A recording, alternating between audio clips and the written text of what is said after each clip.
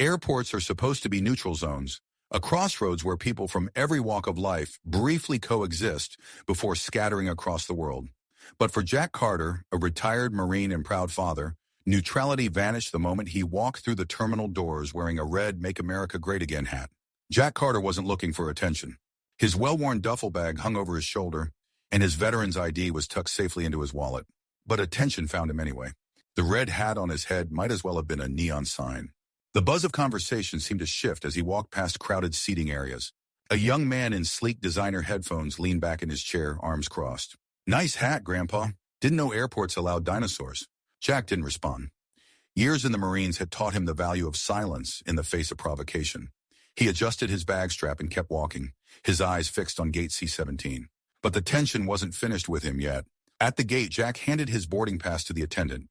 The woman hesitated just for a moment, but long enough for Jack to notice. Behind him, a sharply dressed woman in her 40s, clutching a designer handbag, muttered under her breath, "People like him shouldn't even be allowed on planes." Jack turned slightly, his voice calm and steady. "Ma'am, I'm just here to get home like everyone else." The attendant scanned his pass, cleared her throat, and motioned for Jack to board. He walked down the jet bridge, feeling the weight of unspoken words lingering in the air behind him. But the flight wasn't going to be any easier. The plane was somewhere over the Midwest when the quiet hum of the engines was broken by the faint click of a smartphone camera. Jack sat in his aisle seat, reading a dog-eared paperback, his Make America Great Again hat still firmly on his head. Across the aisle, a young woman tilted her phone screen slightly, revealing a photo she'd just taken of him. The caption she typed was sharp and dismissive.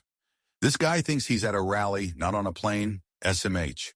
The image began to circulate almost immediately.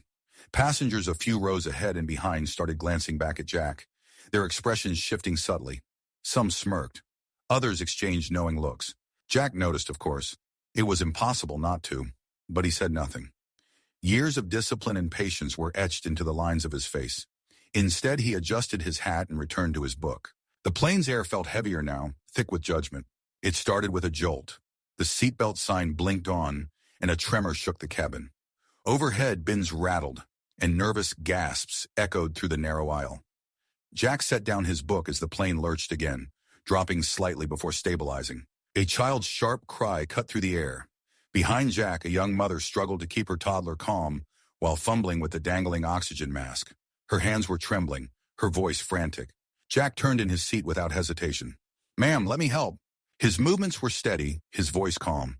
He reached out, guiding the mask over the toddler's small face and adjusting the elastic band until it was secure. The child's cries softened as oxygen flowed. The mother's panicked breathing began to steady, her eyes wide with gratitude. Thank you so much." Around them, passengers had paused. For a brief moment, the red hat didn't matter. Jack didn't matter. All that existed was a man who'd helped when help was needed. The plane leveled out, and silence settled back over the cabin. The turbulence had passed, but the atmosphere on the plane felt different now. Passengers began to settle back into their routines, earbuds in, books open, heads leaned against windows. Yet a few pairs of eyes lingered on Jack. Across the aisle, an older African-American woman, dressed in a crisp blazer and with a presence that commanded quiet respect, spoke up. Her voice was steady but carried enough weight to be heard by everyone nearby. "I see a man who helps someone in need, not a hat. Maybe y'all should see that too." Her words hung in the air, cutting through the remaining tension like a knife through butter. A few heads turned away in quiet discomfort, while others looked at Jack with something closer to respect or maybe guilt. Jack met the woman's eyes, nodded respectfully, and turned back to his book. But her words had planted a seed. When the plane touched down and taxied to the gate, passengers stood and began the slow shuffle of gathering their belongings. Jack remained seated for a moment, letting the impatient crowd filter past him. As he grabbed his bag from the overhead bin and turned toward the exit, a young man, one of the earlier mockers, stepped slightly out of the aisle. His face was flushed, and he fumbled over his words. "Hey, man, thanks for helping with that kid, I guess. I judged you too fast." Jack paused, his eyes studying the young man for a brief moment before offering a simple nod. "No hard feelings, son." Stepping off the plane and into the jet bridge, Jack adjusted his hat again. Behind him, a few passengers who had seen it all walked with quieter steps. For the first time since he'd entered the airport, Jack felt like the weight of the red hat had lessened, if only slightly. The airport terminal was alive with movement families reuniting, travelers rushing to their next gate, and employees guiding the flow of people. Jack walked with an unhurried stride, his duffel bag slung over one shoulder and his "Make America Great Again" hat still firmly in place. The stares hadn't stopped entirely. A few people glanced his way, some with lingering judgment, others with curiosity. But there were nods, two small, subtle acknowledgments from those who had seen the moment on the plane. Jack passed a cafe where a TV played the evening news on mute. For a brief second, he caught his own image on the screen, a still from the viral photo, but now paired with a follow-up image of him helping the mother and her child during the turbulence. The text running beneath it read, "Viral plane photo sparks debate after act of kindness goes unnoticed." Jack paused, his reflection in the cafe window blending with the image on the screen. He let out a small breath and continued walking. At baggage claim, the older African-American woman from the plane appeared again. She walked up beside Jack, her wheeled suitcase clicking softly against the tiled floor. "Son, you handled yourself with grace back there." Jack turned to her, offering a respectful nod. "Just did what anyone should do, ma'am." She smiled a warm, knowing smile. "But not everyone does, do they? Don't let them change who you are. You keep walking tall, hat and all." Jack chuckled softly. "Yes, ma'am." The woman gave him a final nod before walking away, blending into the crowd. As the baggage carousel spun, Jack stood still for a moment, watching the sea of people around him. Different faces, different stories, all passing each other in fleeting moments. The weight of the day began to settle in his shoulders, but so did a quiet sense of peace. The sun was beginning to set as Jack stepped outside the airport terminal, the warm glow casting long shadows on the pavement. His phone buzzed in his pocket, a notification lighting up the screen.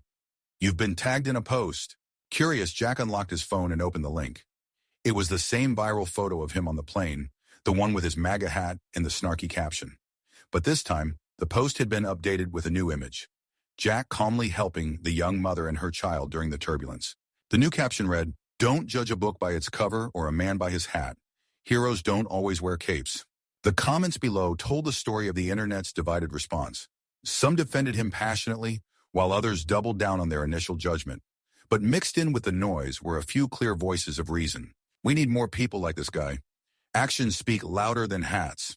Funny how quick we are to judge someone based on one thing without knowing their heart." Jack smiled faintly, his thumb hovering over the screen before he finally locked the phone and tucked it back into his pocket. The drive home was quiet, the hum of the engine and the faint crackle of a country radio station filling the space. Jack's modest house came into view, its porch light glowing softly in the fading dusk. He parked, grabbed his duffel bag, and walked up the steps. His phone buzzed again, a text from his daughter. "Proud of you, Dad. Saw the posts online. You did good out there." Jack leaned against the porch railing, staring out at the darkening sky. The events of the day played back in his mind, the glares, the whispers, the weight of assumptions placed on him by strangers. But also the gratitude in that young mother's eyes, the steady voice of the older woman on the plane, and the hesitant apology from the young man at the gate. He adjusted his red hat one last time, took a deep breath, and stepped inside his home. Sometimes courage isn't loud.